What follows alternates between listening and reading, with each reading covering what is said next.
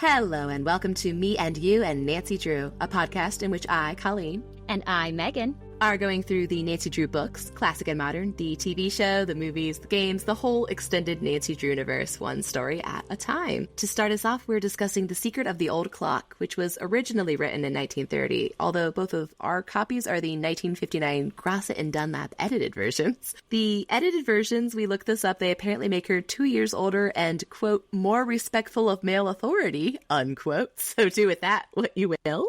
And also allegedly the books that started being released in 1959 removed some racial stereotypes, possibly.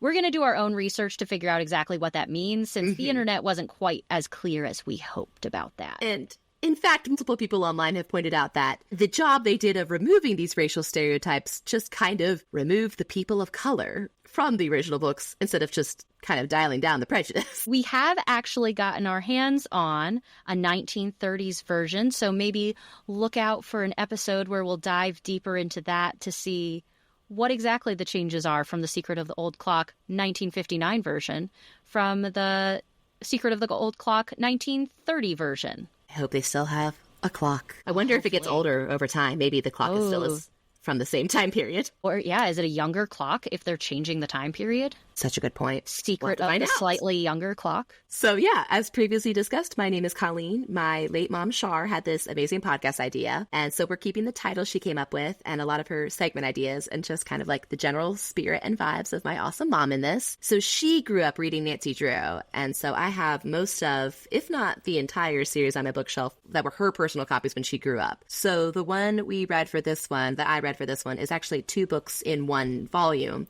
It's kind of like a grayish purple. I don't know if it started as a grayish purple, but it is a grayish purple now. And so this book has The Secret of the Old Clock and The Hidden Staircase, like back to back. So she got like a book every month or so as a subscription service, which is very cool. And it smells like the nostalgic mustiness of the upstairs of my grandma's house, which does make it sound bad, but I like it. So I grew up reading that with her. And then she bought me one of the computer games on a CD-ROM. And I had never played a computer game before, full stop. So that was hard. And we didn't have internet. So I made my dad go to work and then use his work computer to like print out the entirety of each game tutorial so I could play the games. He was like, I would like to do firefighting while I'm at work, but sure, I'll print 39 pages for you. Yeah. What's your history with Nancy Drew? So my history is not quite as extensive as Colleen's, but the Nancy Drew books were one of the first series that I ever actually sat down and read in like mid to early elementary school. Because I was good at reading, but I hated reading. I would just do the bare minimum that the teacher assigned. Like, you need to read this certain number of books by the end of the school year. And I would do that, full stop, no more. So it wasn't until I started reading the Little House on the Prairie books and I found out I actually loved reading. I then picked up the Nancy Drew books and they were so much fun. And that's when I realized, wait, reading is fun. And then after that, I just became obsessed with reading all of the Nancy Drew books that I could get my hands on in order, because that's how I am as a person. So yeah, I did not do them in order. Yes, I very much enjoy all of my things being in order. But I really looked up to Nancy Drew when I was in elementary school. I loved all the detective stories, and I know I've shared this with Colleen in the past, but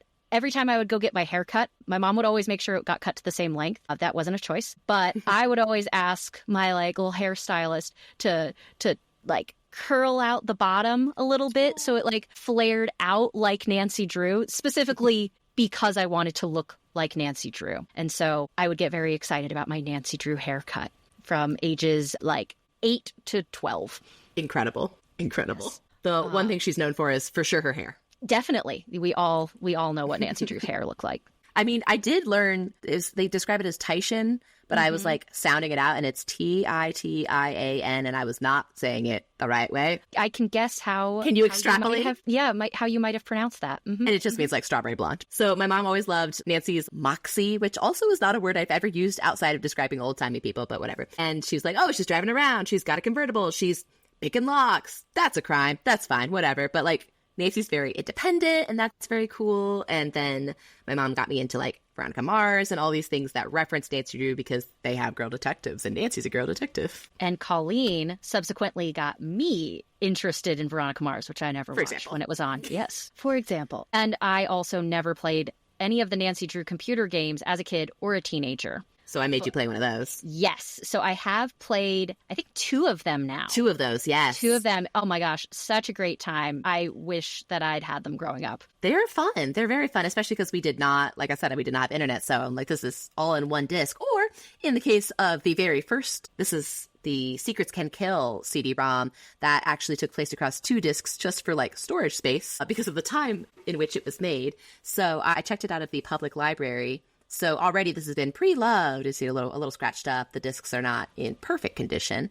So that's already an issue. But then when you go from one of the buildings to the other building in that first CD-ROM game, you have to take out one disc and put in the second disc to like go to the diner or go to the high school. Wait, just to go to a different building? Just to go to a different building. Yes, you're like, I'm walking down the street from the school to the diner. Let me like laboriously take out disc 1 and insert disc 2. Oh my goodness. Wow. It's not great, but it was a physically arduous task. If you forgot like one clue at the diner, too bad. You have to take out the whole disc, put the whole disc back in, and then they remastered that one. I don't know.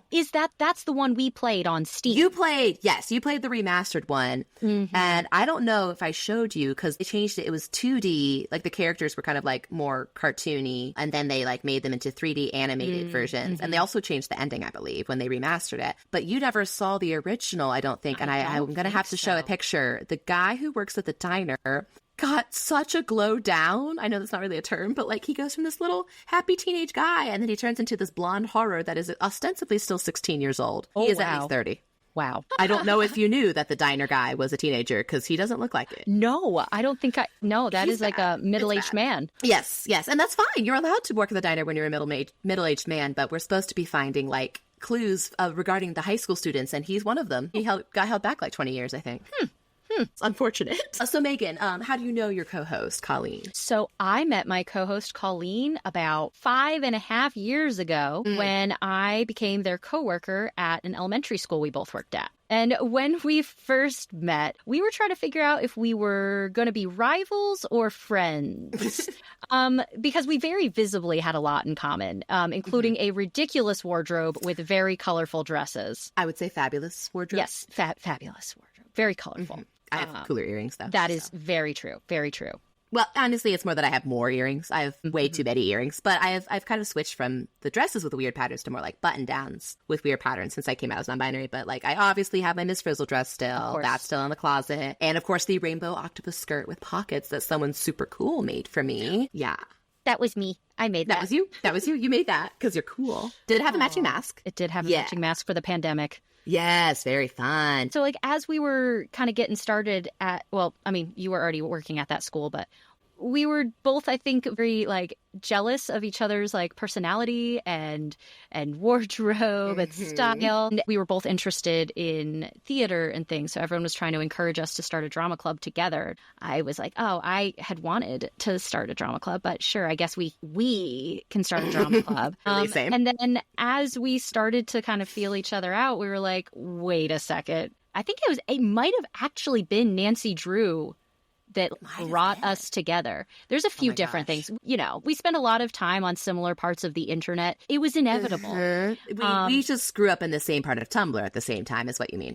Yes. So we have very similar senses of humor. And then the pandemic hit that first school year that I was working there. Right. Weirdly, even though we weren't able to see each other, the pandemic brought us closer together. I don't know how, but yeah. Yeah.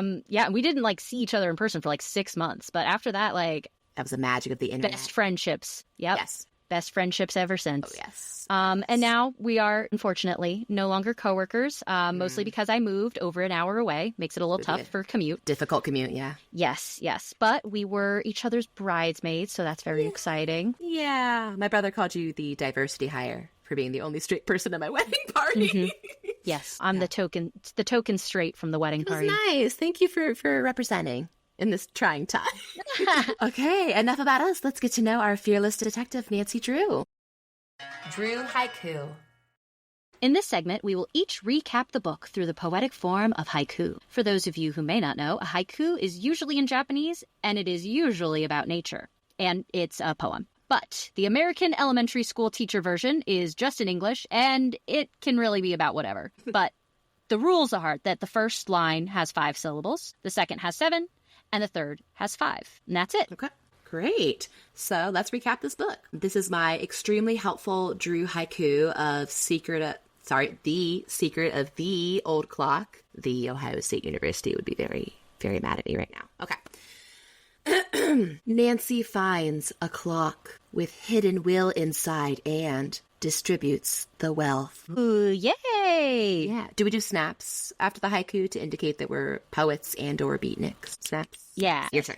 Okay. Here is my haiku. Nancy Drew's first case. Where there's a will, there's a way. Gotta find the clock. Oh, see, that was clever. That was much cleverer than mine. I like it a lot. Well, yours actually summarized the story. Mine just kind of summarized the premise. No, but I liked it. It had like a double meaning with there's a will, there's a way. I mean, yeah. We're looking for a will and a clock at the same time because for some reason they're connected. They're obviously connected. How could they not be? They are 2 separate nouns. 30-second recap. In this segment, we will each attempt to summarize the entire book within 30 seconds without limiting ourselves to a specific poetic form. That way, you, the listener, have an idea of what happened in this book. Are you saying the haikus weren't helpful? Okay. No, they're great. They're great. But great. Yeah, I don't know if they really fully summarized what happened in the book. For those of you who didn't just read it. All right. You get 30 seconds. Tell me about this book. Okay. Yeah, go. Nancy Drew is an 18-year-old girl, and her dad is a lawyer, and she likes to solve mysteries, probably, but she's actually never done one by herself, and she finds all these different people in this little town they're all very sad because they don't have any money, and they're really, really good people, and Nancy is appalled at this, and she finds out that their cousins inherited they're going to inherit all this money from this guy who was really nice, and he was also friends and neighbors with all these people. Time. Oh, gosh. I didn't even look down at the clock because I knew it was going to stress me out. I was like, ooh, she's giving a lot of setup and details. I wonder how she'll fit all the plot in. And then I didn't. It's your turn, okay? Maybe you'll get some more story in there. We'll see. All right, your turn. Ready, set, go.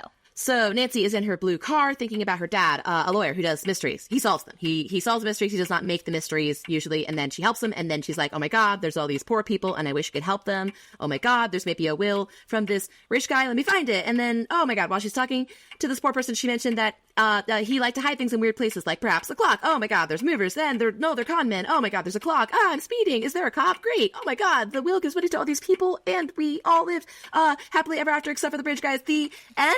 You did it. Wow.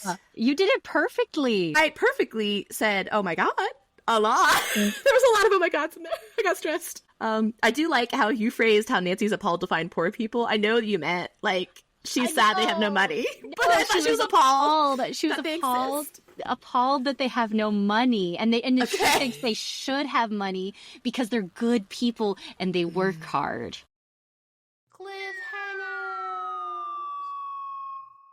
In this section, we will each share our favorite cliffhanger in the book. So one of the things that Nancy Drew books and the Hardy Boys and I think mystery books in general do is incorporate a good cliffhanger so that you want to keep reading the book. So I wanted to share my favorite cliffhanger from this book, which was the first one that I noticed, though I was reading it rather quickly. They always make it the last line of the chapter, though, so you have to keep reading. Yeah, so you make that promise to yourself, like, I'll just finish this chapter and then I'll go to bed. Oh my gosh, I can't go to bed yet. Okay, anyway, so my favorite is at the end of chapter 4. Nancy's driving in her convertible and the roof is broken and it won't go up and it starts pouring rain. She sees an open barn and she's like, oh my gosh, a barn. I'm going to go in there. And she drives as fast as she can and it says, Nancy headed straight for the building and drove in. The next moment, she heard a piercing scream. Wait, did you think she ran somebody over? Yes. Oh my God. Or ran something over. Someone's screaming about it.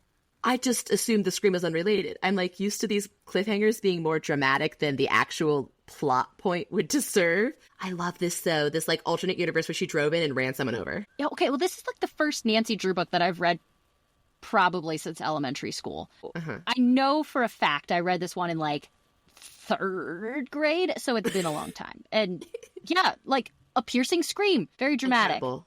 I love the ones that end on exclamation points that don't really deserve an exclamation point. Yes. So when I got this exclamation point, I needed to know, like, who was screaming. You got to keep reading. That's how they get you. There's one chapter, though, where the ending line, I think it's phrased as if it's a dramatic ending, but it just ends with her eyes sparkling. Her eyes sparkle constantly. It must be exhausting. I think my favorite cliffhanger is at the end of chapter X.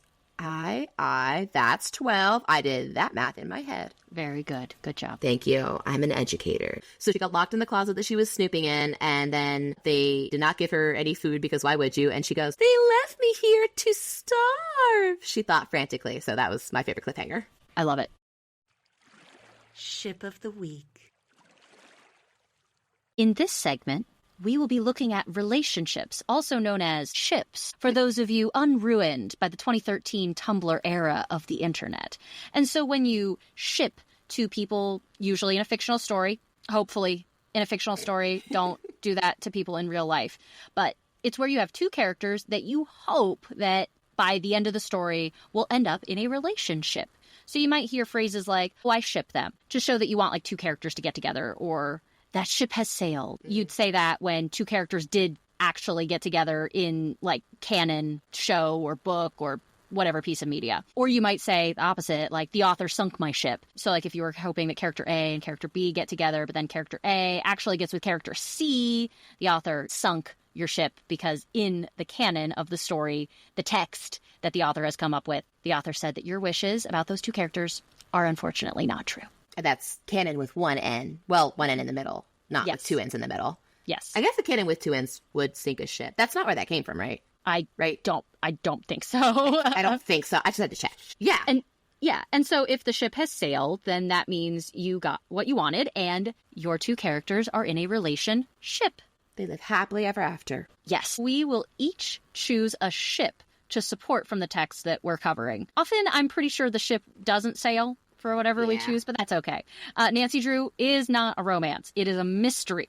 So we honestly might not ever find out whether our ship has any sailability. And that's okay. So, Megan, who did you ship from The Secret of the Old Clock? All right. I'm very passionate about my ship. I can't wait. I would like to ship the Turner sisters with the Matthews brothers. Okay. There's the two old ladies. Okay. Right? Yes. I have the family tree. Of course you do. So there's a lot of cousins, and I color-coded it, too. The orange is only the characters who are in the book, and it's specified how they are related to each other via, like, implications in the text, using our context clues. And if you would like to see a copy of my beautiful handwritten family tree jotted on a piece of loose-leaf paper based on The Secret of the Old Clock by Carolyn Keene, go ahead and check that out on our Patreon. Yeah. You don't have to be a patron to like look at it. We're going to post anything we talk about that's like a visual component if there's an illustration in the book, or if Megan brings her loose leaf notebook paper. We're going to post those with like no paywall so you can just see them. I should put the guy from the computer game where he gets a glow down. Yes, exactly. So hopefully by this point, we've given you enough time to pull this up on Patreon if you really want that visual. So on this side, we have the Turner sisters, who were at one point possibly actually engaged to the Matthews brothers. Now, you might say, excuse me, if they're both on this family tree together, aren't they related? No, they are not. You would not say this if you're not looking at it. But if you were looking at it, you might say this. Exactly, yeah, because, I mean, usually you got people on the family tree. They're related, but not necessarily in this case. The Turner sisters and the Matthews brothers are both separately related to Josiah Crowley. And Josiah Crowley is the guy with the will. The Turner sisters are related to Josiah on his father's side, whereas the Matthews brothers are related to Josiah on his mother's side. Hey, so there's no like shared genes between the two sets of siblings. I mean, the brother's related to the brother, sister's related to the sister. Yes, but the sisters are not related to the brother. The Turner sisters are not related to the Matthews brothers genetically. Okay. So my text evidence for supporting my text evidence for my family tree is extensive, but my text evidence to support my ship, there are lots of like blushes from the Turner sisters when they talk about the brothers. And my main reason I support this ship is because it would turn this family tree into a circle. That's what we all want in a family tree. I mean, that's what I want. That's what all family trees should look like. So did you design this ship before you made this family tree? A little bit, yeah. Okay, you were like, "What? This will make this good." Okay, well, because I wanted... I was trying to figure out what was going on with the Turner sisters, because they're like, you have to talk to the Matthews brothers because they're supposed to inherit stuff. And they talked about how they like maybe were engaged before. Do you want to give any like context about who the Turner sisters are? Because they're like some of the poor people Nancy encounters, and Nancy's like, oh my God, they're so nice and they're so poor. Okay, yes. And they're actually the first people that she encounters. So the first people we as the reader encounter outside of Nancy. Besides Nancy herself, because Nancy almost runs over their daughter. Like, not really, but they think that she did. This is different. No. This is different from the time that Meghan thought Nancy ran someone over. No, that's not their daughter. This is just a random girl? No, oh my God, it's not a random girl. Please look at the family tree. Oh my God. Okay, listen. Sorry for not looking at the family tree. The Turner sisters, they had a sibling. We don't know gender of the sibling. That sibling had a daughter that the Turner sisters adopted when the parents died. Okay, so they adopted this child's mom, but then the mom also tragically died in a boating explosion. Oh, I forgot about the boat. Never go on a boat. Yes, and her husband also died in the boating explosion, leaving the child, Judy. So Judy is their great niece. Okay. So the Turner sisters are the great aunts of Judy, who Nancy almost ran over. But did not run over. I forgot about the whole Turner lore. So then Turners took in their niece. Niece got married, had a kid. Niece got boat exploded.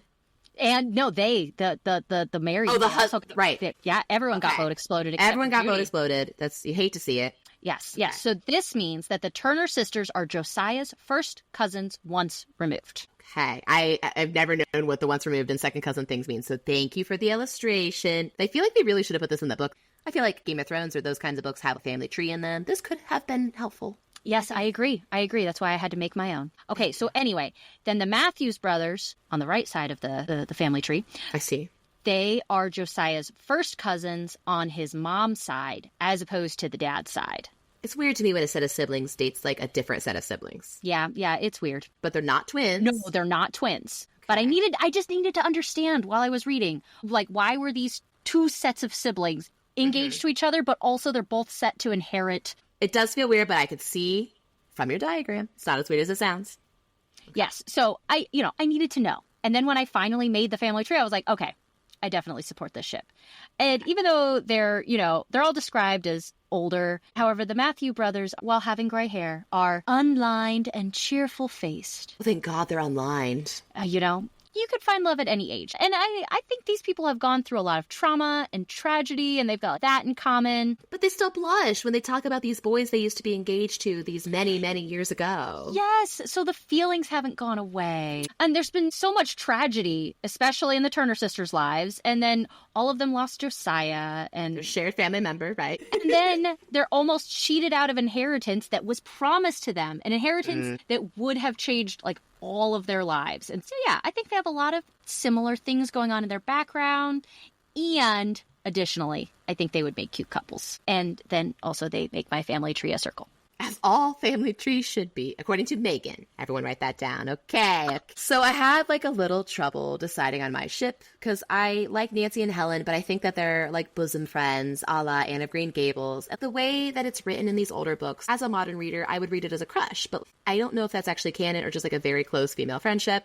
And we'll discuss this in a later segment, but I can't tell if they're friends or if it's like a, oh my God, they were roommates, like Glinda Elphaba situation. So I wasn't sure about that particular ship. So I'm actually instead going to read you a small segment about Mr. Carson Drew. This is Nancy's dad. He's a lawyer. Nancy's getting all up in like Josiah Crowley's posthumous business. And Nancy goes, well, there's got to be a second will. These rich girls from my class who are mean can't have inherited everything, blah, blah, blah. Okay, so here's the actual quote. That was not the actual quote.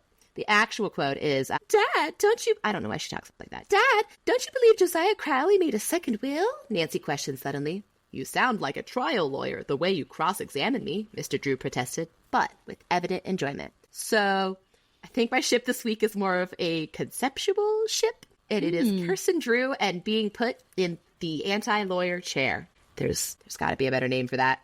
Please help. Not the lawyer. Witness stand. Witness. Okay. I think he's like, yes. So he's like, my daughter's, she's coming into her own. She's asking these tough questions. Usually I only get this on the stand, but like, I'm so proud of her. This is great. Oh my God, I love this. So it's not like an inappropriate, like, oh, I love my daughter. Like that's not what I'm going for here. I just ship Carson Drew and then like the concept of being cross-examined in his spare time. He does get cross-examined often in this novel. He does. He's like the town's best lawyer. It is unclear how many lawyers the town has, so this might be a very small pool to choose from. Okay, you can see, not all our ships are going to be actual characters with other characters. Sometimes they may be a character with a characteristic or action. Yes, I am sorry to go conceptual immediately. It's just I saw the quote evident enjoyment right on the page. I had to. Yes, you need that in a good relationship. Yes, and I always love text evidence. Yeah, because I have a degree in library. So I like getting good grades in text evidence. Something that's normal to want and possible to achieve. Yes, exactly. Cooking Corner. In this segment, we will look at all the food featured in this novel. So something my mom always loved about the Nancy Drew books and pointed out to me was the food. And I probably would not have noticed how specific the food descriptions were if she had not pointed this out, because I was the kind of kid that was like, I have consumed the book. I looked at every word. Could I tell you an effective summary of the book the next day? No, but I looked at every word, and at the time of reading, they even made sense. So I was like just churning through them. But my mother was like, yeah, but there's like a lot of snacks and meals that aren't plot relevant. Like, it's not like, oh, we had a chocolate cake and someone tasted almonds and oh my God, it was cyanide. It's just like setting the scene. It's cozy. So the stereotypical meal/snack that they have that I always associate with Nancy Drew, and I was thrilled to see show up in this very first book, is hot chocolate and cinnamon toast. So Hannah Gruen is Nancy's housekeeper and maternal figure, and she always makes her the cozy little treat, and it's often hot chocolate and cinnamon toast. Like, oh, come in from the cold. You've done your mystery solving. Get your little treat. Tell me about your day. Super cute. And like, I'm pretty sure my mom and I had a Nancy Drew snack day because I remember having intentionally, because of Nancy Drew, cinnamon toast and hot chocolate and similar stuff like that. And I remember that being very fun. She did a lot of creative things like that. I remember having like an Alice in Wonderland mad tea party, and we could eat the cups because she had made them white chocolate using muffin tins. Very fun, very creative, bringing the books to life, also having snacks, all of my goals in life. It's so sweet. So what did you notice in her snacks and meals in this book? So the very first food that is mentioned in this novel is a delicious apple pudding that Hannah makes for breakfast. And I had no idea what an apple pudding was, because I was thinking like, well, I've heard of banana pudding and like vanilla pudding and chocolate pudding, but I don't know, there really aren't that many pudding flavors, are there? There's not. I can think of like butterscotch and then I'm tapped. I got nothing. Yeah, like there's lots of Jell-O flavors, which are in, the same section in the grocery store. But like, I don't think of fruit and pudding, No, yeah, Jell-O and fruit. And then you're so right. Is this a thing of the past that I don't know about? Okay, I looked up the recipe because I was like, well, what does it entail? Can I buy it? Can I make it? And it's not anything that we'd really modernly call a pudding. It's more solid than that. Okay, so it's got flour and sugar and baking soda. Honestly, it's almost like a crustless apple pie, but it's all mixed together. Actually, most of the directions were do not mix it. Like, put the butter in and melt it. Put the stuff on top. Don't mix it. Just look at it. Cut up the apples. Put the apples there. Don't mix it. Why did it say that so many times? Then you make it. Do you just have like a pile of burnt flour when you're done, like near some apple slices? No, the flour stuff is like mixed with some things. You mix like that part separately and then you like pour it into the dish. Like, I don't know. There was a lot of not mixing in the instructions on this recipe, but that was the one that really spoke to me because it was something I didn't recognize. And it inspired me to do some research. And I always love that. Yeah. So you sent me a picture of this and it looked like it would be delicious, like warm out of the oven with vanilla ice cream on it. I'm really just getting apple pie vibes off of this. Is this pudding just mean dessert in British? In British? In British. I'm pretty sure that's how the king says it. Sorry, my bad. Yes, British English. No, just British. You lived there for a while. You know about British. Right, of course. Okay, I'm looking up pudding in England. No, you're totally correct. That word, while it can mean either sweet or savory in Britain, it's used in the UK the way dessert is in America.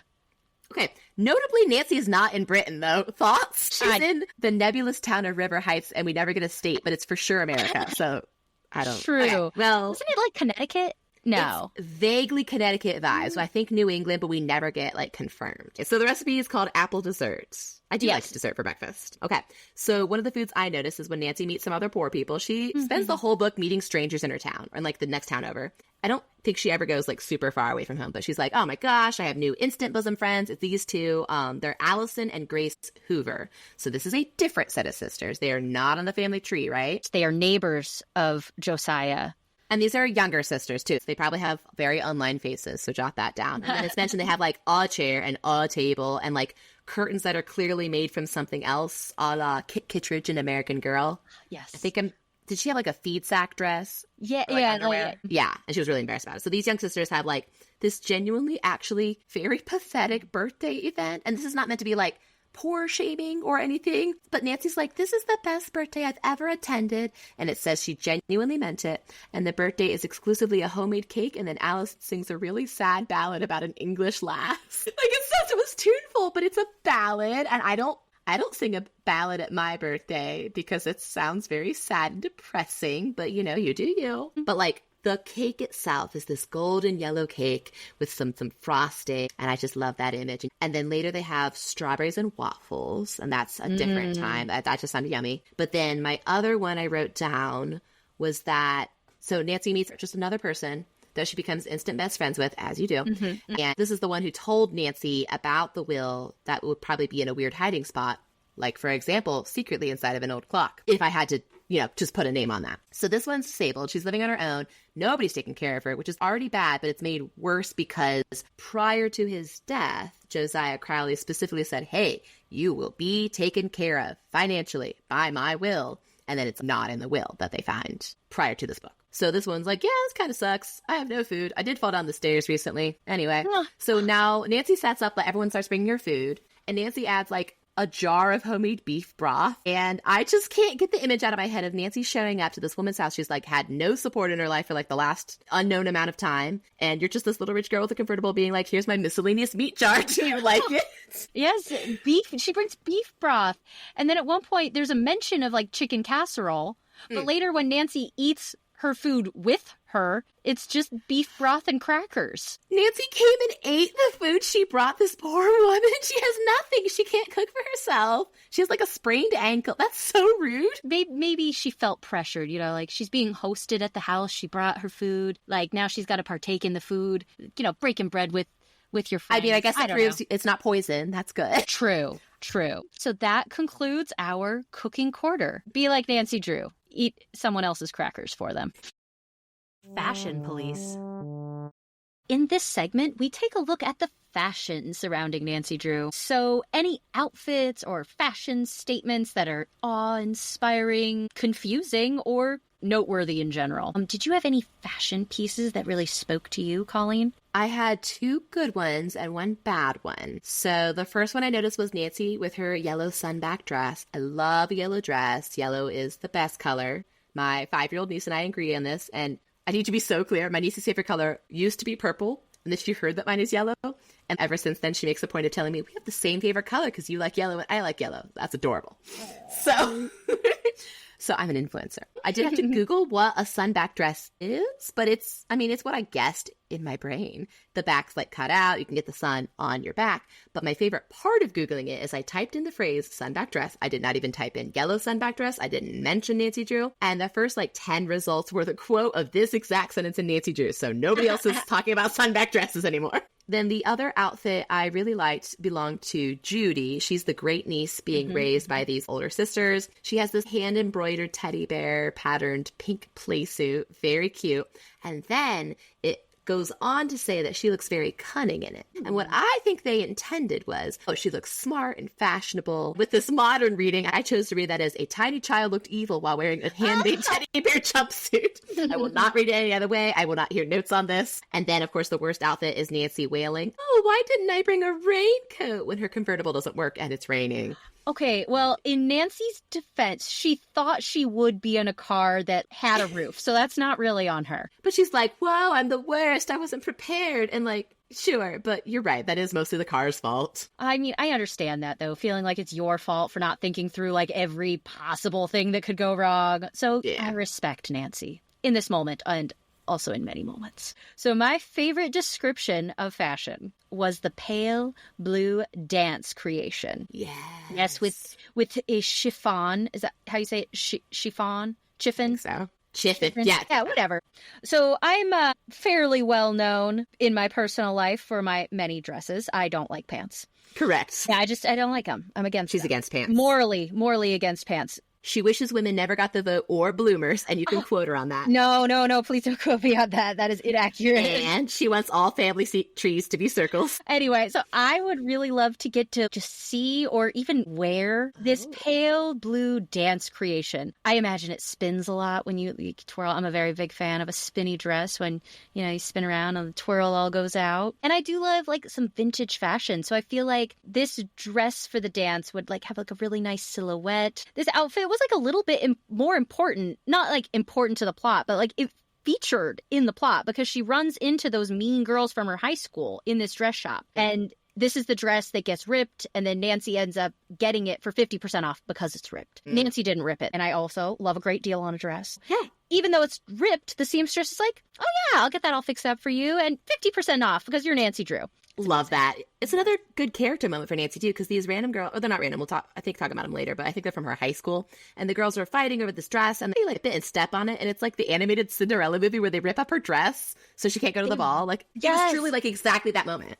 They really do have those evil stepsister vibes. They do. And the sales clerk is like, oh my God, they're going to take this out of my paycheck. And Nancy's like, that's usually not how it works. Like, they'll probably just mark it down. You're probably fine. So instead of just being a terrible person like these other girls, she, in contrast, comes off as the nicest person in the world and is like, but I do think it would look good on me, and offers to buy it to like get it off the shelf so the sales clerk doesn't have to worry about it anymore. It was a fun little moment. Yeah, 10 out of 10 dress. Excellent choice. Blast from the past.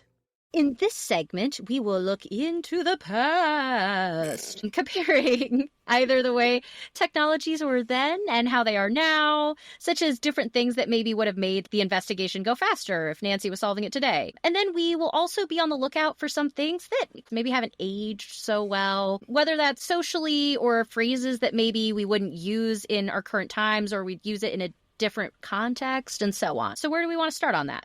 Page 1. Oh my. So, as you mentioned earlier, these are not romances, and yet on page 1, sentence 1, we start with Nancy Drew, an attractive girl of 18. Like, that's a wild start.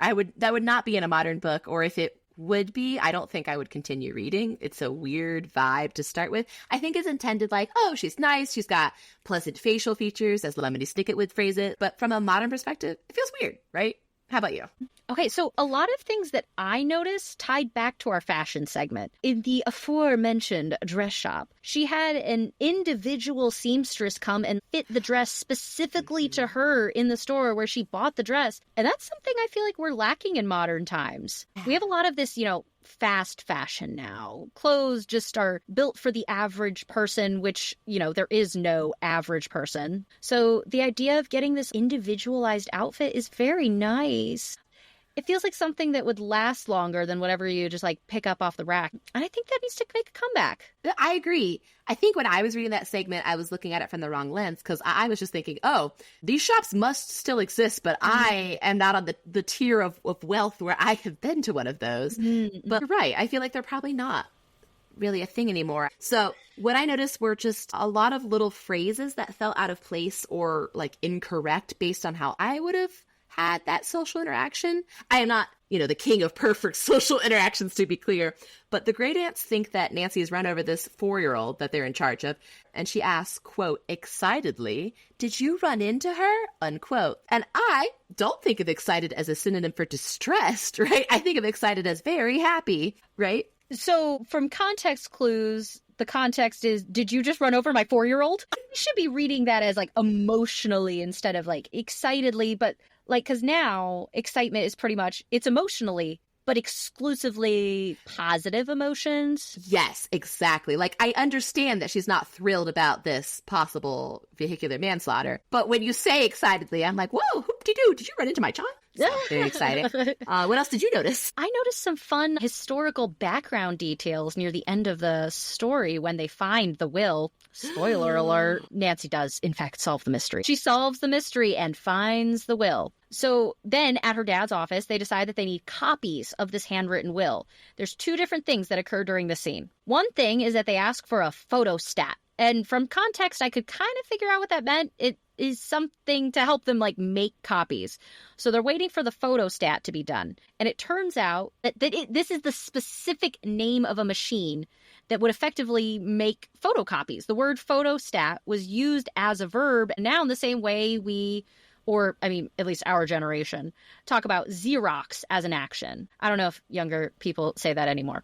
Probably not. But even if you're not necessarily using a Xerox machine, when you're making a copy, you're just Xeroxing. Like if you say, give me a Kleenex. Like, I mean, it's not a verb, but it's become this catch-all term for any brand of tissue, which apparently brands hate. I had thought of that phenomena as something like, oh, this is great publicity. When everyone thinks of tissues, they think of Kleenex, but apparently it's more like the brand does not have as much heft. Exactly. So instead of Xeroxing, they're using the photostat to copy this handwritten will without having to just handwrite a bunch of additional copies. Okay, and then the other thing that happens in that scene is they ask Carson Drew's typist to type out the will as well. And I know there are still jobs as captioners and transcribers, but truly just typing things up from handwritten pages used to be like much more of a job than it is today. Even just in the last few years, roles like this, they've really phased out. It's crazy how much things have just changed within our lifetime, let alone from the 30s to the 50s to now. Wow. It's crazy. Yeah. I just had a couple more like quick throwaway comments, just things that I wouldn't necessarily phrase it this way today. So there's one, they're talking about this disabled woman and they're calling her the invalid, which is just, the same spelling as invalid, which I don't love. And I know that that's got to be where that phrasing came from, just seeing disabled people as not valid people. Obviously not awesome. Mm-mm. So this woman does end up getting taken care of and everything, and not just with like Nancy's loose broth jars. She gets actual money, like the big money that Josiah promised her. And spoiler alert, she gets like a big part of the will. She gets taken care of. She essentially hires a home health aide. But it just, every time they're talking about her, it's like either the old woman or the invalid. I'm like, that sucks. I feel like I should put a link in the show notes of a mystery middle grade novel with a disabled protagonist to like kind of make up for it if that rubbed you the wrong way. Cause like it's understandable if that rubbed you the wrong way. One that jumps to mind immediately is Insignificant Events in the Life of a Cactus. Oh, that's a good one. Yeah, it's really, really great. I would definitely recommend it as like a palate cleanser for this specific situation. Okay. And then earlier in the book, the characters are talking about the caretaker of this property. His name is Jeff Tucker. And they say, he is the tallest, skinniest man I've ever seen outside a circus. I was totally taken aback. Okay, I must have glossed over that part because I do not remember that at all. It's not the worst way to phrase it, but it's so strange. Like, I don't know. Feels like the opposite of body positive. It's just like, wow, look at this circus freak of a man. Anyway, his name's Jeff. Like, dang, okay. And then at one point they're talking about this word puzzle that's written in Chinese. And then this guy in France has no idea how to read this because he doesn't speak Chinese. So they, quote, ask a Chinese, unquote, to solve the puzzle. Not even a Chinese person. We're not only not doing person first language, which is like its own discussion, but we're just not even doing person language. Oh my God, like, person language. Don't like that. Yeah. But I guess it could technically be worse. Yeah. Here, I'll put another middle grade novel with like a cool Chinese girl. Front Desk. Front Desk is so good. You've read this? Maybe? I have not. I haven't even heard of it. It's very good. It's this daughter who is a first-generation American. Her parents immigrated from China and started running this hotel. And there's a little bit of mystery to it. It's got a lot of awards. It's really good. Yes. But yeah, if you want to read one where there's actual good representation of Chinese people, that could be one of them. I love it. Yeah. Okay, so I have one more. It's not nearly as insensitive as the last few. It was just confusing to me while I was reading it. It's a little bit of a red herring moment where Nancy almost gets attacked by a dog. And it kind of feels like the dog is going to be a little bit more important because they describe how this puppy is like stuck in the fence. And then it's never mentioned ever again. And it was a cliffhanger to us. Yes. Okay, so the puppy is described as, quote, wedged between two stones of a broken wall was a police dog puppy whining pitifully. And I was like, how does she know it's a police dog puppy? Is this like a Paw Patrol puppy? I think probably no, because it's the 50s. And yet Then it says she saw a huge police dog, evidently the pup's mother. Is police dog just like a breed of dog we're supposed to know about? Or... That's what I'm wondering. It does not specify what a police dog is. Like, is that the same way that we, like, associate Dalmatians with fire? With the fire department? No, just with fire. Yes, the fire department. Oh, do you know why that is? I feel like I used to, but you probably know better than I do. Because my dad was a firefighter? Yes, because your dad was a firefighter. So I don't know if I actually learned it from him or on a field trip or what, but it would make sense if he told me. So you know how before fire trucks had engines, they're pulled by horses, right? Uh-huh. And the horses have to run toward a fire, which is not something horses want to do. This is not good for horses. This is the one weird trick horses hate, and the trick is fire. Dalmatians were the best dog for keeping the horses calm, apparently. Like not only just shepherding the horses toward the fire, but like giving calm vibes to the horses, like, listen, I get it. It's a fire. We're going to be okay, though. It's just you and me, buddy. Aw, like an emotional support dog? Literally, yes, but with a horse. So the reason that a lot of old fire stations have a staircase with a very sharp, like 90-degree turn, or especially a spiral staircase in them, is pretty much so that the horses don't get upstairs in the bunks. Like specifically if they smell the firefighters cooking dinner, they're like, hey guys, how's it going? I love food. Thoughts on sharing your food with me, a horse? Oh my God, incredible. If it helps convince you, I did run toward a fire today, which was very counterintuitive for me. So if you feel like sharing or chilling with a horse, I'm right here. So they don't want that. And I think stairs are supposed to be hard for horses, like especially going down them because they have trouble seeing like where their feet should go. So let's just not have them go up in the first place. And then like speaking personally, I also don't want a horse in my kitchen. Yeah. No horses in the hospital or the kitchen. And they can't go up the fire pole, so that's not an issue. Okay, so I'm wondering then, is this police dog thing somewhat connected? Not to insinuate that this was a tangent. No, of course not. No. Okay, so I'm trying to think. Like, what dogs do I stereotypically associate with the police? Chihuahuas. That's not where I would go. I was thinking more of a German Shepherd. But I don't know. Is it implying that they're like an intimidating dog? It's gotta be. Okay, so great news. Just Googled police dog 1930 and it was like German Shepherd police dog. Okay, see? And then it says South London actually introduced 2 specially trained Labradors, but that was like a new cool thing because it was always German Shepherds. Okay, so if I was reading this in the 1950s, would I instantly know like what a police dog was? Like I've seen a lot of drug sniffing dogs and bomb sniffing dogs, and yeah, I guess I've seen a lot of German Shepherds, but like I've also seen labs and other dogs too. And when they say police dog puppy, like you can't have a puppy that's working with as a canine unit, I don't think. So that's weird already. Yeah. And they're on a farm. I literally forgot. They're just on a farm. They're specifically so far away from a police station that it becomes an issue when Nancy has to go and get the police and bring them back to the farm. So it's just a fun historical confusion for me. Okay. Then speaking of the police being far away, great segue, good job. There were several times when, so not only a cell phone obviously would have helped, but there's just not even a landline. She's in a public building, she's in all these different places, and she keeps wishing out loud that there's a phone so she can contact the police or whoever. There aren't even telephone boxes for her to use. Right, not a police public call box, nothing. She's trying to report a crime to the police. She looks around, there's no phone. And she doesn't even know where to find a phone to call. Like, she can't look that up. She doesn't know how to drive specifically to the police station, which is her next step.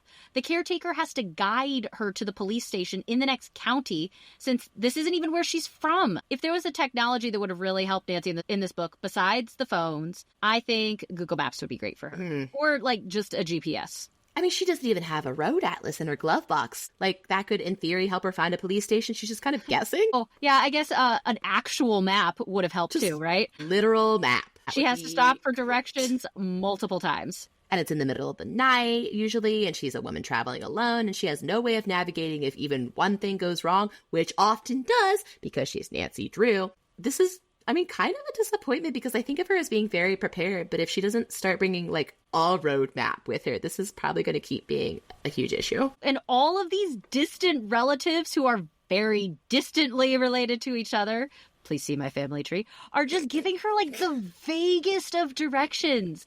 They don't actually know how to get her to where like she wants to go. I feel like it just really slowed her down. It did. And speaking of slowing down, this is my favorite way she thinks of to like get a police officer's attention quickly. So she can't find a phone. She doesn't know where the police station is. So in chapter 2, She says, I'm afraid I'm exceeding the speed limit, but I almost wish a trooper would stop me, and then I could tell him what happened. That's our best way to get someone's attention. Commit a crime. Commit a crime to tell them about a different crime. Commit a crime and hope that the police show up. Fingers crossed. And then I did find a spot in the book where she was actually hoping for older technology than she had access to. I was not expecting this. She is trying to follow tire tracks, and then it specifically tells us that both of the roads are paved, so she can't follow the tire tracks in the dirt, and this like really frustrates her. Yes, because most of the roads she's on during this book are like the smaller roads, and they're dirt roads or something similar. So it's much easier to like track a car or footprints. I just thought that was interesting when Nancy's like, darn you, modern infrastructure. I'm trying to solve a crime here and commit several other crimes in the process. Exactly. Okay, just one more in this section. I think it goes in this section. So this is just a weird bit of logic from Nancy here. So she's snooping on the bad guy. She's in a dusty closet. She sneezes. She gets caught. She gets locked in the closet. Very sad times. Then the caretaker, who's skinny like a circus man, comes by, and then he thinks when he hears Nancy, like, call for help, he thinks he's being fooled by criminals. And the caretaker says, he says it dubiously, say, you aiming to throw me off, imitating a lady's voice? Well, it won't do you any good. No, sir. Old Jeff Tucker's not getting fooled again. Which, like, sidebar, how often does this happen to him? But, like, then it says, Nancy decided to convince the man beyond doubt and gave a long, loud, feminine scream. There we go. That's the only way. She screamed, and then in the timbre of the scream, the caretaker must have heard, like, the pain of two small pants pockets. And so he knew that's a woman in that closet. It's just a weird, vaguely gender essentialist moment that I was not expecting. Like, could a man scream like this? It's just, and just a weird logical leap to, I'm trapped in a closet. Let me scream at this man who's my only chance of rescue. That will help. I mean, it will help. It's never not worked for me. Wound watch. In this section, we will take a look at any injuries that our Miss Nancy Drew has sustained during the novel. My stereotypical understanding of Nancy is she is getting chloroformed left and right, like constantly. Does she even have any brain cells left? We just don't know. But she didn't get chloroformed at all during this book. No. Okay, so we are keeping a running total. And so far, we have 0 knockouts for Nancy. No chloroform in this book. She does get bleeding and bruised hands from attempting to break out of the closet that she's locked in, though. By the criminals. She has also, on page 56 in my copy, an acute case of cobwebs in the brain. Oh my goodness. So I'm worried about that one. This is never followed up on. So as far as we know, this is a continuing issue for her. Okay, 0 knockouts and 1 case of brain cobwebs. We hate to see it. But I do think the hands will probably heal up by the next book. I do also want to bring up that the entire time she's in this, like, summer house, it's not summer and no one's been in it for months, it's very dusty and she cannot stop sneezing. She can't. And I'm wondering if she needs to go to see an allergist, because this is, like, becoming very detrimental to her crime-solving abilities, because it delays her ability to continue investigating the crime. And she ends up getting caught because of it. She gives away her location by sneezing. Alerting the criminals to her presence. It's not good. Yes, and then she gets locked in the closet. I think it says she specifically suppresses a few sneezes and she couldn't hold it back anymore. There's just too much dust. Yes, so I'm a little concerned. So I'm writing down. Yeah, it's affecting her job. Isn't that what the doctors like to hear? Exactly. It's affecting my productivity. So I'm writing down she needs to go to the ENT and then go to whatever doctor takes care of brain cobwebs. Offhand, I don't know which type of doctor that is. This could be like an old 1950s ailment. Yeah, I think we have a vaccine for that now. Good, that's good. Can't be dealing with brain cobwebs at my tender age. No. So as I'm figuring out what doctors Nancy needs to visit before book 2, I'm not saying the bleeding and bruised hands are great, but I think that she just needs some antibiotics, maybe a tetanus shot if she's not up to date. Yes. Honestly, like, Nancy came out pretty good in this book, injury-wise. Don't get used to it. Drew's clues. In this segment, we look at clues that give us more information about, like, who Nancy is as an individual. Sometimes I feel like the character of Nancy takes a back seat to the clues of the mystery and the mystery itself. And in our podcast, we always want to make sure that we are keeping Nancy Drew in the forefront. I mean, she is literally the third person in our podcast title. So this is the very first Nancy Drew novel, very first appearance of Nancy. We know she is an attractive 18-year-old. It's important to note in the very first sentence, she is both 18 and attractive. Yes, of course. And we know obviously she's very strong-willed and confident. She starts off on page 1 by talking to herself in her car, giving us some background of, oh, it was so sweet of Dad to give me this car for my birthday. And then she thinks about her dad and his lawyer cases. And then she says out loud to herself, Dad depends on my intuition. A normal thing to say out loud, load in your car as you drive. Calm down, Encyclopedia Brown. You're not solving police cases in one conversation at the dinner table. Which, side note, I feel like there's some confidentiality breaches in Encyclopedia Brown because isn't he 10 and not employed by the Idaville police force? Anyway, back to Nancy Drew. She's confident. She talks to herself a lot. Hopefully not while she's snooping. No, she just sneezes and then screams in a female sort of way. Right, of course. We also get some clues as to Nancy's political leanings in this novel. We see her indignation at the state of poverty or almost abandonment that some of her neighbors are living in. Especially, I think of the scene with Abby Rowan. Abby is the disabled woman, and Nancy is appalled to find out that nobody is checking in on her. She has no services, she has no food, she fell down the stairs days ago and is stuck on the couch. That's another modern technology that could have helped here. Abby needs a life alert necklace. She does. And we obviously know Nancy's all about sharing the wealth, literally, in this novel. She's attempting to make sure that justice is done with this will. But even before the money from the will enters the pictures, she's taking care of Abby and the younger sisters that she meets. That's the ones with the sad birthday party. And she just really wants the little people to come out on top. I was kind of surprised it says outright that Nancy has enemies. It's the mean girls from the dress shop that went to her high school. It says, through no fault of her own, she had made 2 enemies, Ada and Isabel Topham. And then Ada is described as looking very ugly despite her nice clothes, so that's a helpful character detail. Another evil stepsister characteristic. But I always think of Nancy as very happy-go-lucky, and for the most part she is. She's making friends with a lot of people. She meets these new people around her town and in the next town over, and she goes to their birthday parties and compliments their beautiful singing, and she's very kind overall, but then she has these quote-unquote enemies. She doesn't even care that at the end of the book, these 2 girls are basically bankrupt because their parents spent money they didn't have because the parents knew that Josiah's will, as it stood prior to the end of this book, it said a lot of money's going to these girls' parents. But it turns out that's not the latest version. They find the latest version. It's hidden away, right? So that was very odd to me. And then we don't even see. So when I think of Nancy Drew, hand in hand with her, almost literally, I think of her best friends. We got Bess and George, and then we've got her Steady, her love interest, Ned Nickerson. These 3 were not mentioned at all. Yeah, I thought they were mentioned in the first book,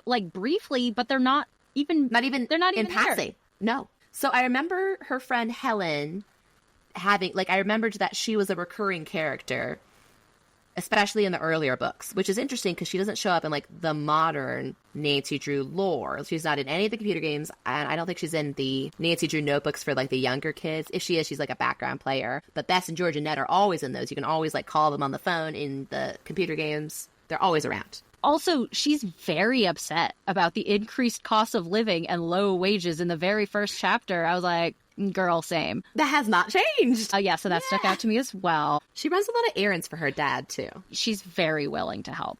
Not only is she focused on solving this mystery, she's trying to help all these people out individually and doing tasks and bringing food. She's just a very community-minded person, which I very much respect. Yeah. Good work, Nancy. Sleuthing skills.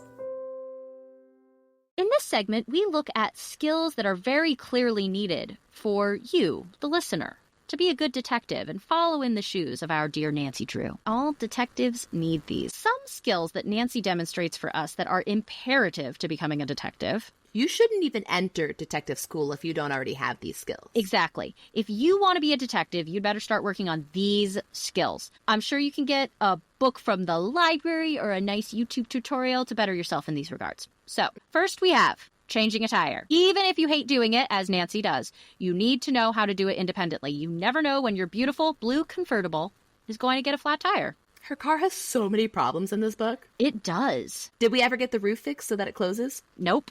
Cool. Okay. Cool. You also must know how to set a sprained ankle. She does not set her own sprained ankle in this book, but she does set Abby's when she fell down the stairs and can't afford to go to the doctor. I feel that Nancy could set her own sprained ankle, but we haven't seen that in the text yet. Exactly. So when you're a detective, you need to be a competent car mechanic and a nurse. You also need to know how to drive a motorboat at a moment's notice and to fix the engine when it inevitably dies in the middle of the lake. Approximately 2 pages after they say, oh, sometimes the engine goes bad and dies at random times.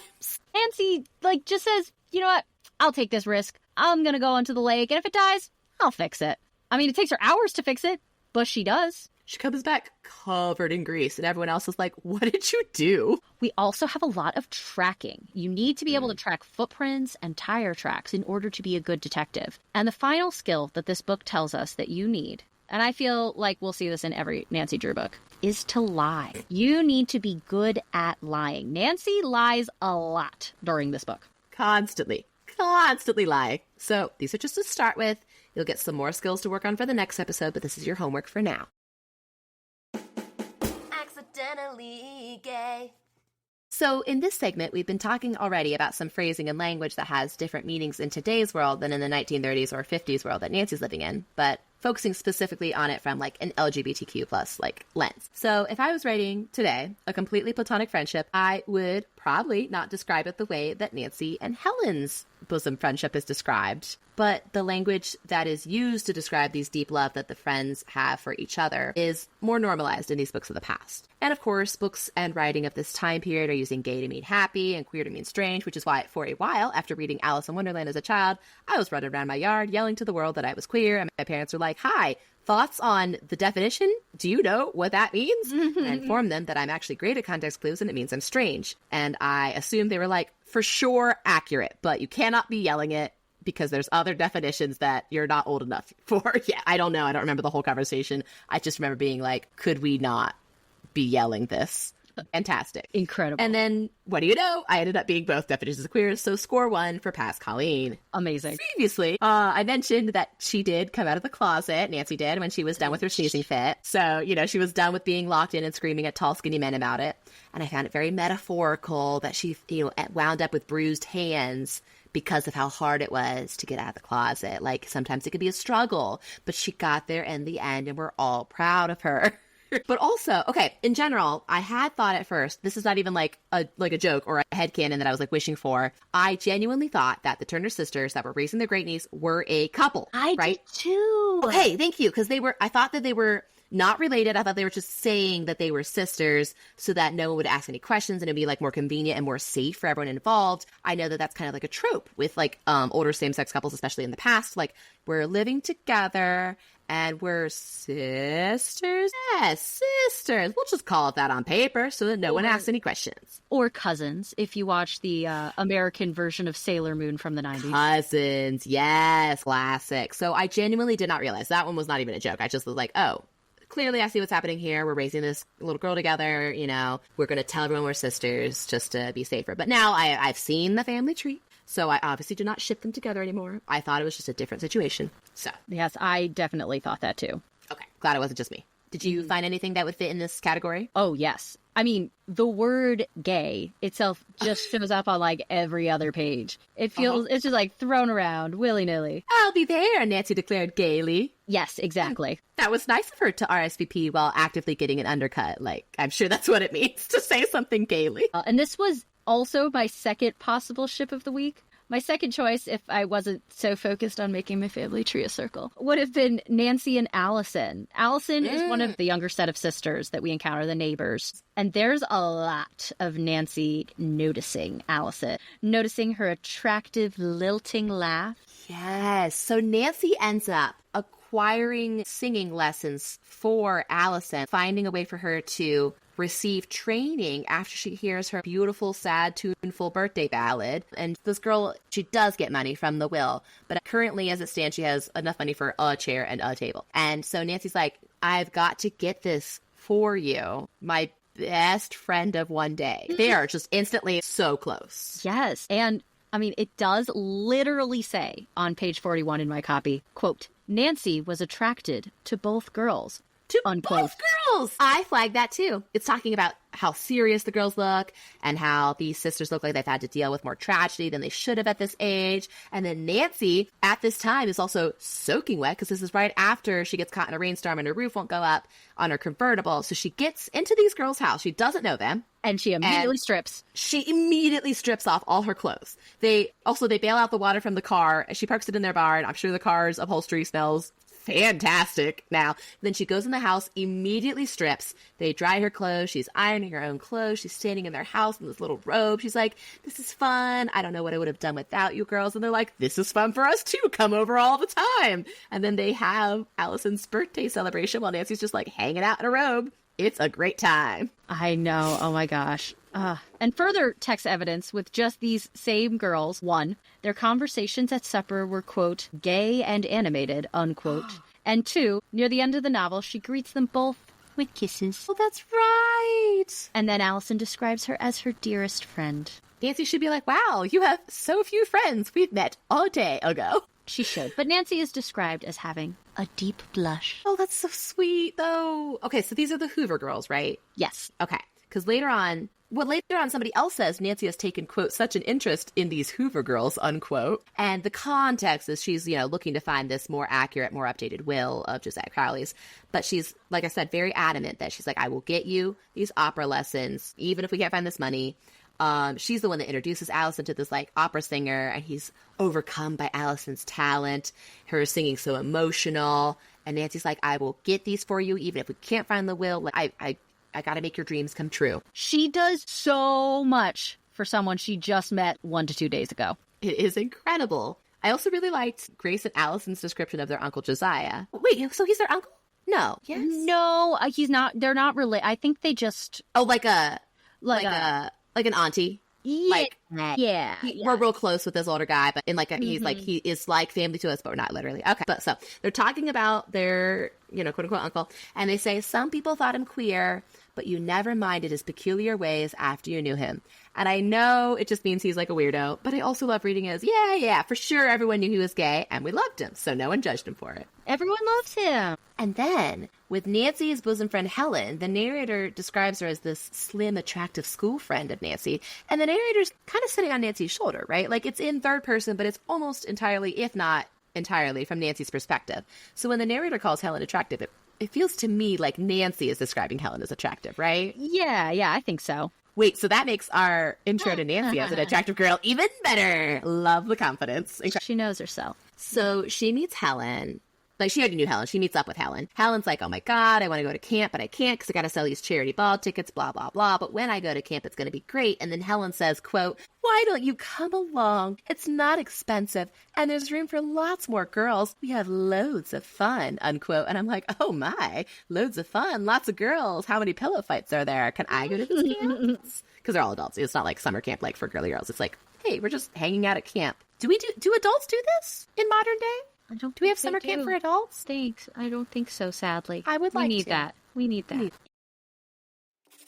Miscellaneous mysteries. In this segment, we kind of have any last thoughts on the book, any things that don't really fit into the other categories, but we wanted to make sure that we left some space for. Yes, holding space for these tiny mysteries. I really love, and I think the Hardy Boys do this too, but I've read more of the Nancy books. Usually on the last page, it will tell you the title of the next book in italics as part of the text of the current book. This is not an ad in the back. This is part of the last couple paragraphs. So the last page goes, this is the first mystery I've solved alone. I wonder if I'll ever have another one half so thrilling. As Nancy stood looking wistfully at the old clock, she little dreamed that in the near future she would be involved in italics, the hidden staircase, unitalics, mystery. A far more baffling case than the one she had just solved. Like, okay, it's not that I was totally immersed in this book, but it for sure would break my immersion if I was. And on that note, just because we're talking about the last page, it was, like I said, it's been a long time since I read Nancy Drew, but I love that they just give her the clock at the end. Yeah, there's no reason for that. It's not yours. Like, this is a memento of your mystery. And so I'm, imagining her starting a collection, because I would. This collection's going to quickly get out of hand. Yeah, so I'm very much looking forward to in the next novel what she gets to keep. I hope she gets to keep the staircase. She gets to take that home with her. to put in her mystery collection. Her dad hates her collection. He's like, you need a new house. You can't be living here and bringing home souvenirs that are staircases, multiple feet tall. Honestly, if she does not get a gift at the end from the people who she helped... She might. It just can't be the stairs. I know, but if she doesn't, I'm going to choose an object for the novel for her to have if she isn't gifted one. I like this. Because I want her to have a small museum, even if it's not text-based. No, I love that. And then, like, you have a little legend of the wall and follow along to learn more about the case. Yes, yes. Just one tiny memento from each of the 613 books that Nancy is in. Yes, and how old is she now? Like 100? Almost 100? She's in her late 90s? Yeah. Because she came on the scene in 1930. Okay, or older, if we add 18 years to that, right? Right. Depends on how you're counting that. So then when she eventually retires, she can donate it to like a Nancy Drew museum or something. A Drewseum? Yes, a Drewseum, of course. Excellent. I would cross-stitch the heck out of that in like kind of a shadow box sort of way where there's little cubbies for each item. Oh, yes. Wait. Okay. I would go. Okay. What if we had a sticker for patrons for each episode, for each of the items that she keeps, and they can follow along on a poster at home with all the souvenirs? And then I really do want to cross-stitch this, so what if I sent out the cross-stitch patterns so we could do a long-distance stitch-along? Like, that could be fun. I love that. I do want her to keep the staircase, though. It has to be the titular item, so she's got to take home the whole haunted carousel, take home the whole mansion, keep it inside of Carson's home. Yes. Oh my gosh. Gumshoe Game Show! In this segment, Colleen asks me, Megan, 5 questions related to a completely insignificant detail from the text that we just read. All right, are you ready for your Gumshoe Game Show? No. Yay, great. So, I want to quiz you, like NPR, Wait, Don't Tell Me style. We got a few questions themed around one teeny tiny detail of the book. It's not related to most of it. And, of course, listeners can play along. So, specifically, a part of this book that stuck out to me, and I have mentioned it a few times already, is the tuneful old English ballad about a lass that you sing on your birthday. So, you lived in England. You must know many tuneful old English ballads, yes? You sing them every day instead of saying the Pledge of Allegiance. That's, you sing a different one every morning, and then you can pick the best one when it's your birthday. That's my understanding of the school system. Oh my God, am I going to have to sing an old English ballad? No. Oh, thank God. I was just asking if you know them, because you're going to get asked trivia questions about them. Yeah, of course. Yeah, I know all of them. Good. I had no idea what this game show was going to entail. I was just hoping it was going to be like a quiz about the book. I'm really good at that. Yeah, like I'm checking your reading comprehension? Yes, like what color was her jacket in the first chapter? I was ready. I was so ready. You would be very good at that, so obviously couldn't do that. I had to pick something else. I did not prep her at all. This is okay. So there are 5 questions, and they're multiple choice. Well, what do I get if I win? A staircase. Nope, a clock. Yes, I want This the clock right here. I have a stylish yellow timer that I bought to help with my ADHD, and then I put it in a drawer and forgot it existed. Oh my goodness. Yeah, I want that clock. I want it. Okay. Question 1. In the ballad, Bonnie Barbara Allen. No, don't panic. No, I had never heard of these prior to researching this game show. Do not panic. Okay. You were not expected to know these. Thank goodness. Okay. All right. In the ballad, Bonnie Barbara Allen, perhaps the best known of the popular ballads after Sir Patrick Spence. Of course. Yeah. Ballad.com or wherever I looked these up. Ballad.com. Or wherever. So, why does Bonnie Barbara Allen refuse her master's love for her? Prior, of course, to his untimely death, because it's a ballad. A. She has read Jane Eyre and didn't like the ending. B. He slighted her in front of his aristocratic friends because she was born of lower class than he was. C. He poured out the tea she made him onto the floor, for it was too bitter. Or D. Despite his ample wealth and access, he refused to dress in a way that befitted his station. Why did she turn down her master's love for her right before he died? Walk me through what you're thinking. This is so hard. Okay. I feel like A is not correct. Correct. What about Jane? That is no Jane Eyre. Okay. What was the second one? B is he slighted her in front of his aristocratic friends because she was born of lower class than he was. That sounds like it could be right. And then one was the tea, right? The tea was poured on the floor because it was too bitter. And D is he ain't dressing right. Oh, I want to say B. The aristocratic. Yes, he slighted so her. Very, very good. Okay, Excellent. yeah. I want this clock. Hope it's got some secrets in it. It's got the secret of why can't I manage my time. All right, question 2. In the ballad The Unquiet Grave, why is the dead young woman unquiet?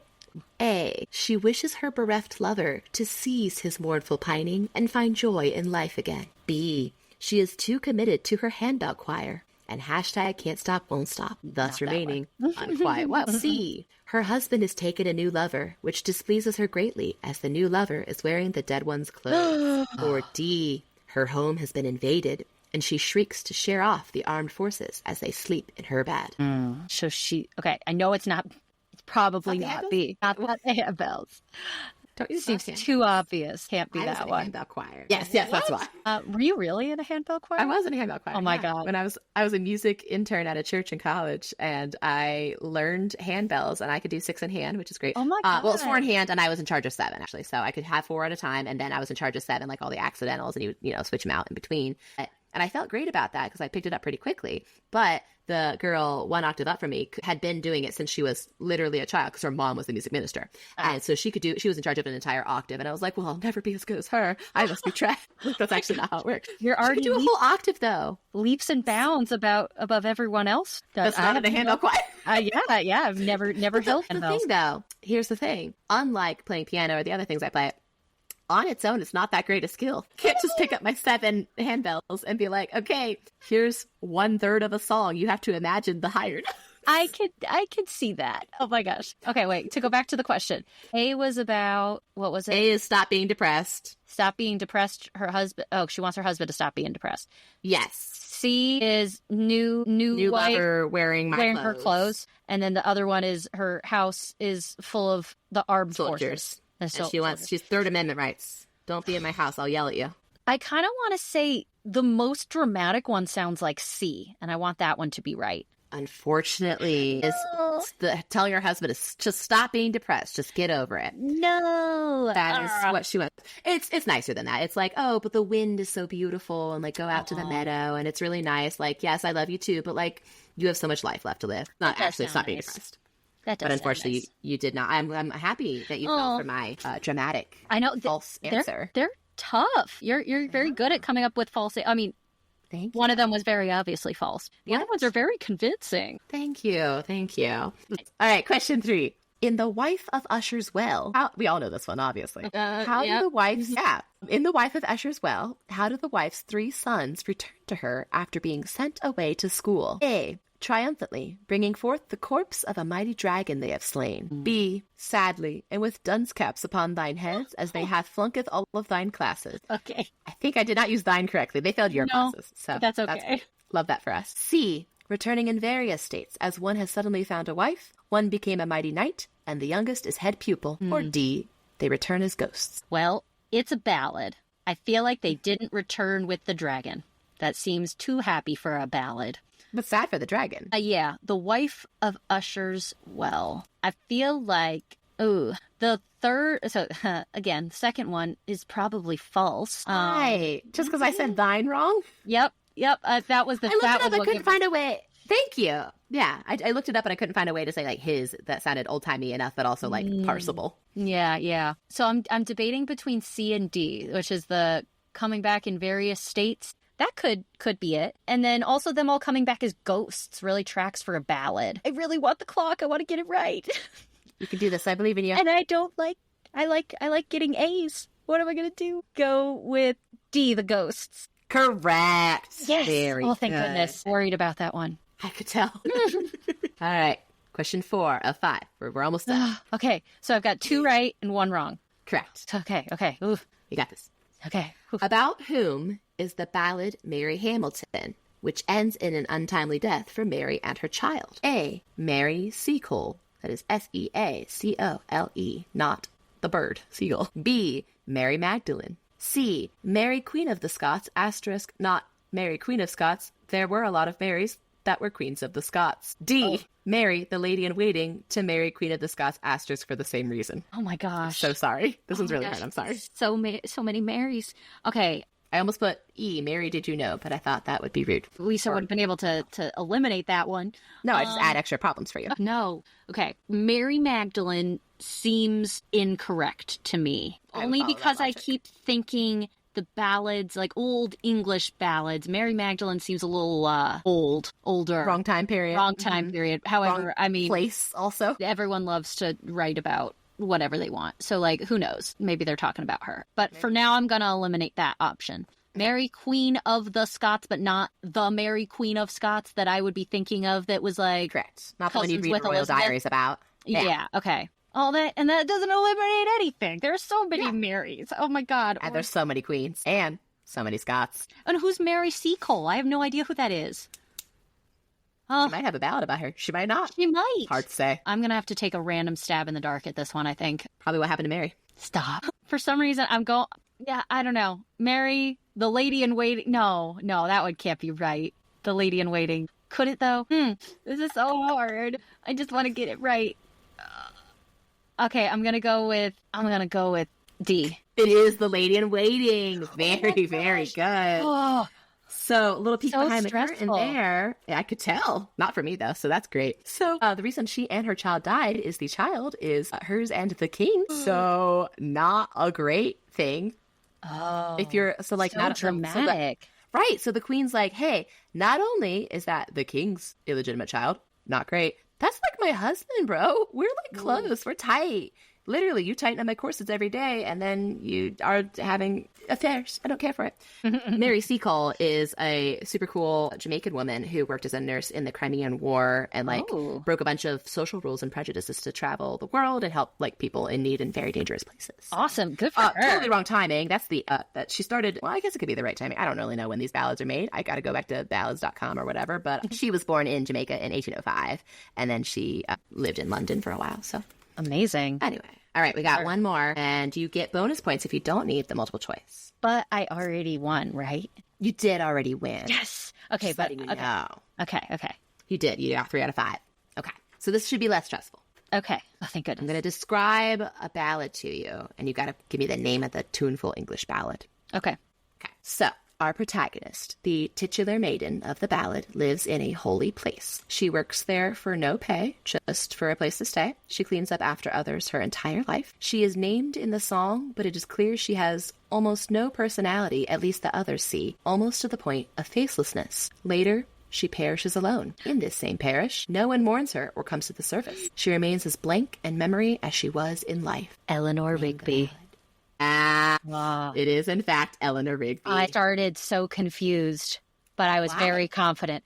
I don't know. Are you saying this is a different time period than the other English ballads? I mean, yes, but you know, I'd consider it an English ballad. It's one of my favorite Beatles. It's sad. It's English. It's tuneful. It is my favorite Beatles song. Yeah, no, but the more the titular maiden of the ballad, I was like, oh God, oh no, already. Yeah, it's gotta have somebody's name in it. I'm like, oh my God. Gotta go with Mary. That's a pretty good guess. Catherine? That's another good English name. Incredible. You win this clock. Enjoy putting it into your own desk drawer and forgetting about it forever. Yes, I'm so excited. Those were hard. You're a good test maker. I'm impressed. Yeah, thanks so much. You did a great job, though. I saw your test-taking strategies there where you eliminate the BS one. Thanks. I used to teach test-taking strategies, so pretty good at it. Yeah, that's what education is. Yay.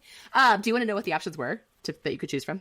For the last one? For Eleanor Rigby. Yeah. Once I gave you multiple choice and then one of them's Eleanor Rigby, it's obviously Eleanor Rigby. What were the other ones? I had some other ones. Some other ones, when I was looking up the ballads, I found others that weren't about maidens, so they didn't really fit the theme, but I just thought they were cool. So we have, I almost put in Ballad of Sweeney Todd, but we have that would have been good. The Trois Corbies, which was renamed to the Three Ravens. And then we have one called Get Up and Bar the Door. And then the other one was the Ballad of Chevy Chase, which is from this time period. It is one of the most celebrated border ballads set in the chase or hunter's ground of the Chevron Hills, the Ballad of Chevy Chase. Did they name Chevy? Did Chevy Chase get named after this? Because the order in which these existed is this ballad was here, and then later a dude named Chevy Chase was there. That's Let's see. For other uses, see Chevy Chase, disambiguation. Chevy Chase. American comedian or actor. Chevy Chase may also refer to Chevy Chase, Maryland, a parcel of hunting land or chase in the Cheviot Hills on the border of Scotland and England. And that's what the ballad's about. But I was just so caught off guard because I thought it was a dude. But then I also have seen it Just in random, I mean, I didn't live in DC, but when I went to college in Kentucky, where I learned handbells, there was just like a shopping closet called the Chevy Chase. Yeah, Chevy that's right. Lexington, a neighborhood in southeastern Lexington, Kentucky, United States. Yeah, I pass it on my way walking 30 minutes uphill both ways to go student teach. So there's a lot going on here. Crazy. Wow. So if I'd known about that ballad, learned so many changed new my whole things commute today. Oh, yeah. So that's our Gumshoe game show. It's educational. I love it. Thank you so much for joining us on our first episode of Me and You and Nancy Drew, and hopefully playing along with our Gumshoe game show, or, Listening to Megan's distress. Listening to me try and parse out the answer. Join us for our next episode, where we will be reading the 1959 edition of The Hidden Staircase by Carolyn Keene, which takes place almost immediately after the events of The Secret of the Old Clock. And you'll never believe what's hidden in this book. This podcast is lovingly dedicated to the memory of my wonderful mother, Char, world's best mom, and the woman who got me hooked on sassy female detective stories. I also want to thank my brother, Ben, for creating most of our sound and music cues for this podcast. Thanks, Ben. You can check out our website, meandyouandnancydrew.com, for show transcripts, links to our social media, and our Patreon, where we'll post any images that we described during the podcast. Those will be visible to anyone without a paywall, so that we're not describing nebulous images that you can't see at home. But if you'd like to become a patron, there are various perks there, including outtakes or things that got cut for time, stickers, and cross-stitch patterns to create your own Drewseum at home, and more. Thank you, Megan, for editing the podcast, doing a lot of research about podcast creation, and adding a few additional sound cues as needed. Thank you, Colleen, for also editing the podcast, for transcribing it, and for helping create our logo. Thank you to our partners for all the support and love, and especially for lending us their microphones that they bought for a completely different purpose, but said we could borrow once in a while. Thank you to libraries everywhere for giving access to Nancy Drew books, and all the other books that we mentioned today, and just media of all kinds to people everywhere for free. And finally, thank you, of course, to Carolyn Keene for independently writing each of the Nancy Drew books from 1930 to modern day. We couldn't do this without you and your 613 individual novels. And don't forget the moral of this episode. I'm afraid I'm exceeding the speed limit, but I almost wish a trooper would stop me.